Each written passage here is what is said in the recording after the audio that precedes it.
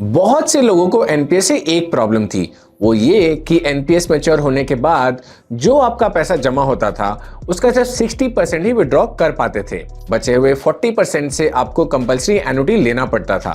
अब ये annuity amount drastically कम हो गया है। इसके अलावा दो और बड़े चेंजेस हुए हैं जो एनपीएस को रिटायरमेंट के लिए बेस्ट इन्वेस्टमेंट ऑप्शन बना देते हैं। अब आप 80% कॉर्पस लमसम विड्रॉ कर सकते हो और सिर्फ बचे हुए 20% से आपको एन्युटी लेना पड़ेगा। यहाँ एक छोटी सी बात पे ध्यान देना होगा। इनकम टैक्स रूल्स में लिखा है कि 60% लमसम और 40% एन्युटी पे कोई टैक्स नहीं होगा। क्योंकि अब लमसम अमाउंट 20% बढ़ गया है तो रूल्स के हिसाब से ये टैक्सेबल हो सकता है। अब एक्सपर्ट्स की माने तो आने वाले बजट में से टैक्स फ्री किया जा सकता है। चलिए अब बात करते हैं दूसरे चेंज की। एनपीएस की मैच्योरिटी एज 60 थी, यानी आप पैसा 60 साल के बाद ही विड्रॉ कर सकते थे।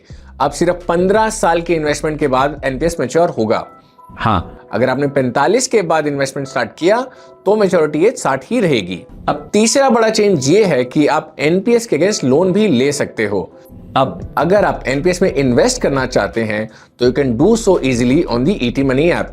इट्स कंप्लीटली पेपरलेस और आप एनपीएस में एसआईपी भी स्टार्ट कर सकते हैं। सो गो हेड।